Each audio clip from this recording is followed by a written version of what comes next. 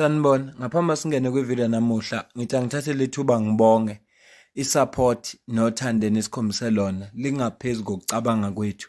Siyacela niqhubeke nisiphote njalo ngokubuka amavideo ethu, ungakhohlwa ukukhomenta, ushare, ulike.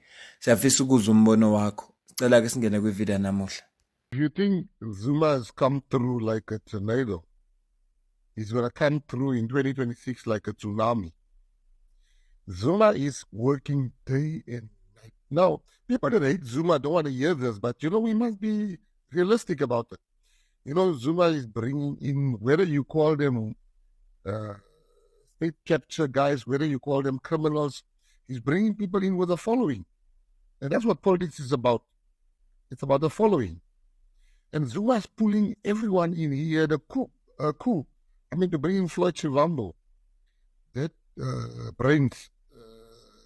We all know Zuma is, we can see how he's always with Floyd. Zuma is grooming Floyd. So people that say Zuma's old, he knows he's old. But while the ANC is still busy with 2027, instead of content of 2026, the ANC is busy lobbying who must take positions. If they are not careful, Zuma is going to become the biggest party. And the GNU is the only thing that can stop Zuma, not the ANC, the GNU. If the GNU produces, if the GNU does well, if the GNU keeps to their promises and they change South Africa for the better, people will then say, but why do you change? You don't change a winning model. But if the GNU bickers and the GNU wants to play to the gallery and the GNU partners are fighting for each other, that's a gift to Zuma. Emveni kokubona ivideo ebiyitrend Dr. Mbuyiseni Ndlozi exoxa noPanyaza Lesufi oPremier waseGauteng lapha bembuza khona nge-MK Party nangendlela aphendule ngayo. Ngithe mangifunda ama-comments ngibona namanye amavideo ku-TikTok ngabona ukuthi abantu behlukene kabili. Ngixaka lento ngoba bonke abantu asekahlala nabo waxoxa nabo nje ba-interviewer. Ukhulume noBaba uZwelinzima Vavi wambuza nge-MK, wakhuluma noFikile Mbalula wambuza nge-MK, usehleli noPanyaza Lesufi umbuzile nge-MK, uhlale no-former president uThabo Mbeki wambuza nge-MK. Manje ngizibuza ukuthi yini le ekhathaza uDr. Mbuyiseni Ndlozi kangaka nge-MK? Yini le eyenza ukuthi mangabe i-interview ama-politician akhathalekile ukuthi baphuma kiphi political party kodwa angayishiyi i-MK? Kodwa lokho kungenze ngacabanga, ngase ngikhumbula into yakashuwo uHelen Zille. Ugogo uZille ke muhle ngento eyodwa, uyalikhuluma iqiniso umethanda. Ugogo uZille uyalikhuluma iqiniso. Mawubuka isimo esenzekayo lapha eKZN manje ngodaba le-NFP alukho kahle uzinzo kahle, kanti ugogo uZille wayithe bazokwenza ngakho konke okusemandleni ukuthi i-EFF ne-MK Party baze bangayibusi KZN. So we aren't, I'll be quite honest, we could threaten to bring KwaZulu-Natal down if they don't agree to the document's terms in Gauteng, but we're not going to do that. We're not irresponsible people. We don't want to hand KwaZulu-Natal to MK and the EFF. It would be a total disaster for that province. So we're not about to do that. There are other levers that we're going to use, obviously there are. But we're not going to say the people of KwaZulu-Natal can be thrown to the dogs, not at all. Helen Zille labeled the MK Party and the EFF as dogs. Yes, she used the word dogs. She followed it up with a threat saying that if the ANC and Panyaza don't follow up with the agreement that they have in KwaZulu-Natal and apply and give them their demands in Gauteng, that she will bring down KwaZulu-Natal. Yes, she said those words. I kept quiet, waiting to see if Panyaza was going to give in those demands of the DA. Panyaza has appointed a cabinet without the DA. Now we are waiting to see if indeed Helen thinks that the DA, with their 13%, are able to bring down KwaZulu-Natal, or in her own words, throw the people of KwaZulu-Natal to the dogs, meaning the EFF and the ANC. Emveni kokulalela nokubuka le clip engithi ngiyibonile, ngihambile ngawubuka i-interview yonke ngathi no, ziningi izinto ezikhulunyiwe ezinhle futhi nozizwayo ukuthi ziyawakha umqondo, kodwa sekulesi sigaba esikuso nje ukukhuluma ngale clip leya akhulume khona nge-MK Party. Ngaphambi kokuba ngikucaphunele leya clip leya, ngiyafisa ukwazisa ukuthi uPanyaza Lesufi angeke azabe upresident we-ANC, noma kungathiwa i-conference uyihlelele kanjani yango-2027, ngeke kuze kwenzeke. Uma kungase kwenzeke, kuyofuneka ashintshe ulimi lo lalukhulumayo. Sithi isiZulu ayikhonkoti-ke nethambo, sisho njalo isiZulu. Ngicela ukucaphunela ividiyo eyenza ukuthi ngithi ngale ndlela aphendule ngayo uPanyaza Lesufi, usevele wakubeka kwacaca ukuthi yena ngeke azabe upresident we-ANC. Cela uzwele. Riots, anarchy. You know, the closest this country has come to a knife edge situation was with the death of Chris Hani.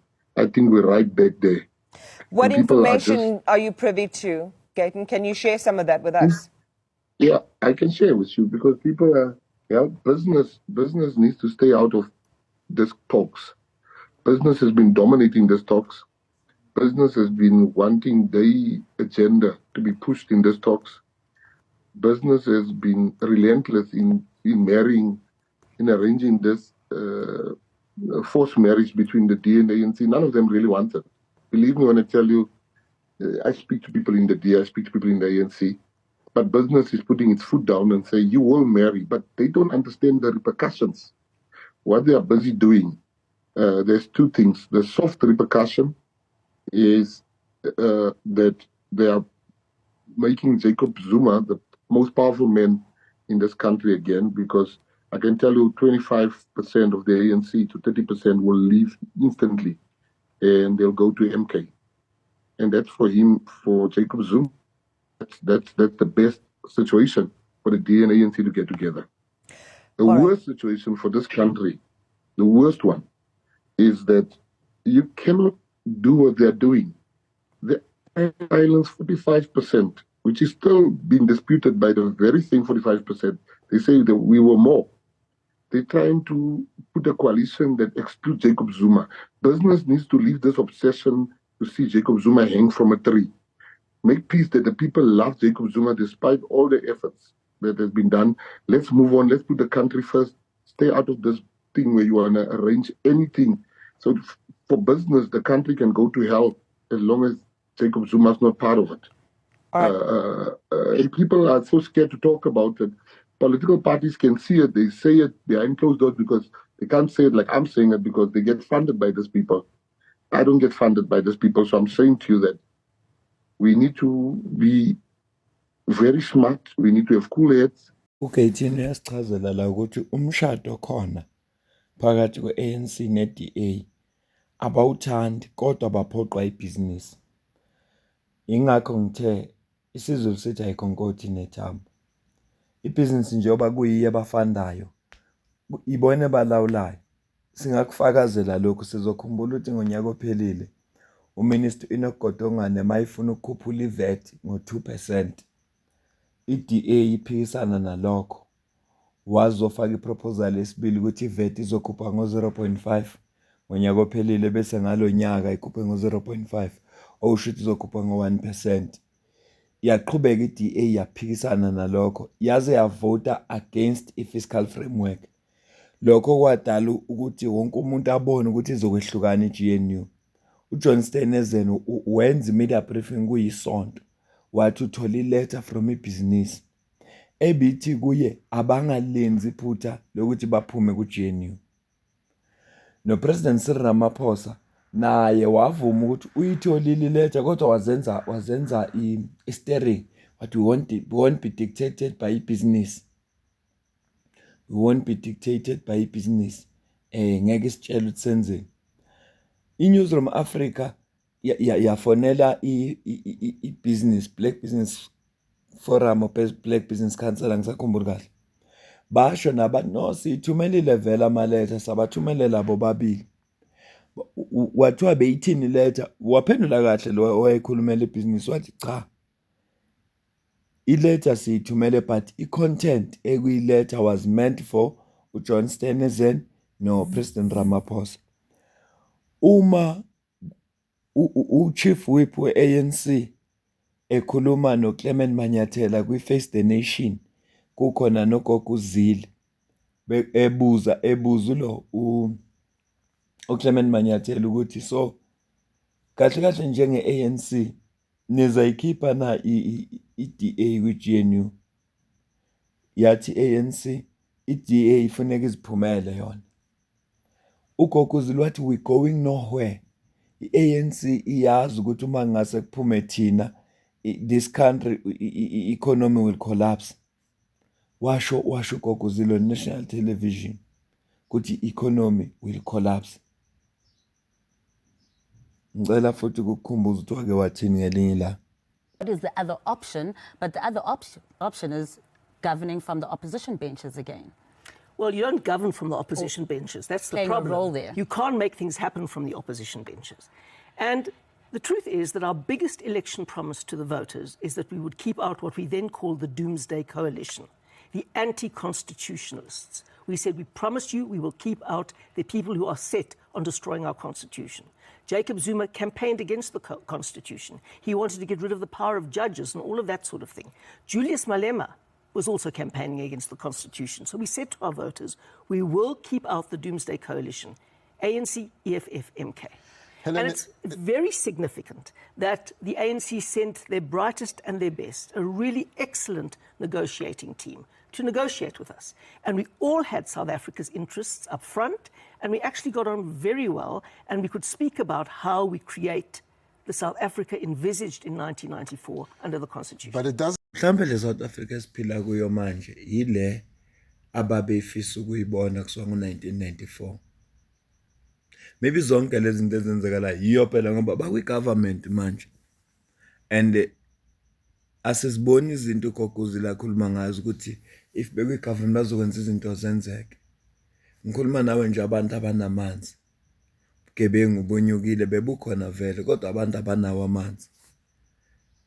Manje muphi lo mehluko abawulethile? Angicaphunela ivideo kaPanyaza Lesufi.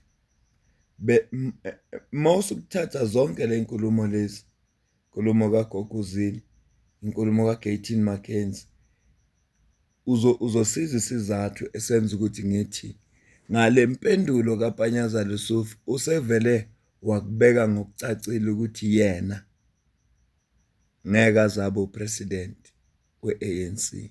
Cela uzwe la. You made a statement I quite didn't understand.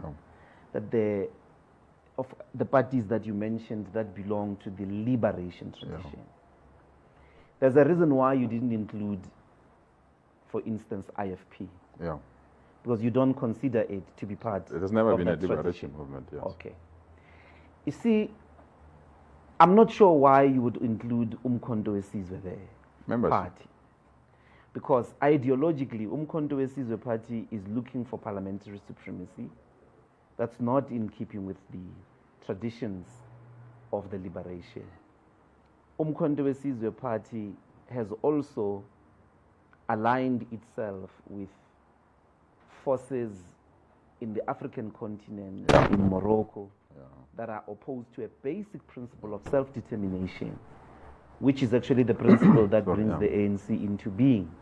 In this case, the self-determination of the people of Western Sahara. I wonder if you are worried because some of the evidence which they are denying is that they're training soldiers in the Donbass through the Wagner group. For what, I don't know. But some of the elders in the party have said this is representing a counter-revolution. The last time a term of this nature was used in relation to somebody that was a former ANC leader, Was Mangosuthu Buthelezi. was Mangosuthu Buthelezi. Yeah. I do want to understand in what way, taking these three aspects into consideration, It's to save it. is MKP It's to save part MK. of the liberation It's to tradition? save MK from its. You can't deny that MK, lack of better word, is a faction of the ANC. They moved out of the African National Congress, so they can't overnight be denied that, or we deny that there are members of MK that played a role during the liberation movement. We can't. But MK as an entity needs a lot of unpacking. But who do they represent? They represent the constituency that we want to service ourselves. What is it that, outside many other things, that they want to see is the economic empowerment of our people and the total liberation of our people. But the form and character of that institution need all of us who are ideologically clear to unpack so that we assist them to come back where they need to come back within the liberation movements, and then have a formation that can clear the path for the total emancipation of our people. I believe in that. I really believe the days of one individual organization leading on its own, those days are nearing their end. Extinction. But to go to the next stage, you need to be ideologically clear who do you want to bring on board. I will not bring the Democratic Alliance over my dead body. I will not bring Freedom Front over my dead body, and other reactionary parties that are starting to develop. Action SA and other who really believe that the markets are the only solution to the challenge that we have. We still need the presence of the state and the capacity of the state and the skills of the state. Mawukhumbula ivideo ka-18 uthi ibhizinisi iphoqelela umshado phakathi kwe-ANC ne-DA noma bazibona ukuthi abafunani futhi abathandani, kodwa baphoqekile ngoba bathola ama-funds kuyo. Okuyibona abantu ngempela abarana le country, okuyibona abantu ngempela abaphethe nabashaya umthetho, ibhizinisi iphoqelela ukuthi i-ANC ayibambisane ne-DA ne-Freedom Front Plus namanye ama-political parties. So uPanyaza Lesufi mayethi yena angeke azasebenzisane ne-DA, usho ukuthi-ke uzobe ufuneka abe nama-funders wakhe. Uma nje ezimisele ukuba upresident we-ANC kufuneke athole abantu abazomfanda, okuyibona abangeke babe nenkinga ngoba uPanyaza Lesufi usesigabeni lathi khona yena uzimisele ukusebenza ne-MK Party kanye ne-EFF ngoba labantu vele baphuma kuyi-ANC, bazingane ze-ANC njengisho njalo, kodwa akazimisele ukusebenza ne-DA kanye ne-FF Plus. Abanika akuyibona abantu abaphethe lezwe, labo kuyibona abarana lezwe ngempela, abayifuni i-MK Party ne-EFF eduze kwamandla, abawafundi ama-political party amabili eduze nje kokubusa kwezwe, abawafuni. Alukho uzinzo manje KZN ngenxa yokuthi i-NFP alukho uzinzo kuyo, kodwa bazokwenza ngakho konke okusemandleni. Bangamane bafaka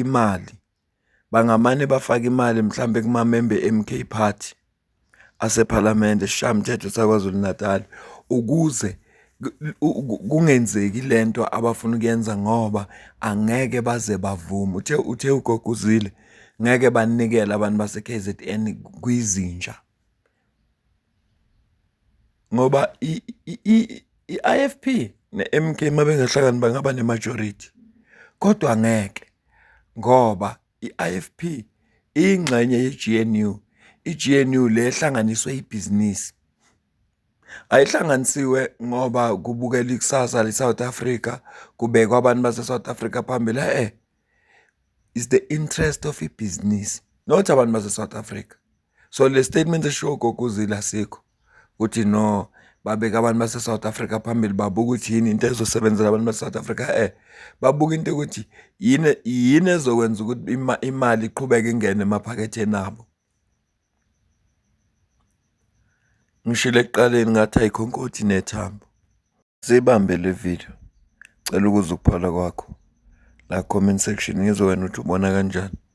Kodwa nje lilonke nxa le statement ashilo uPanyaza Lesufi sekuvele kwacaca ukuthi angeke aze abe upresident we-ANC.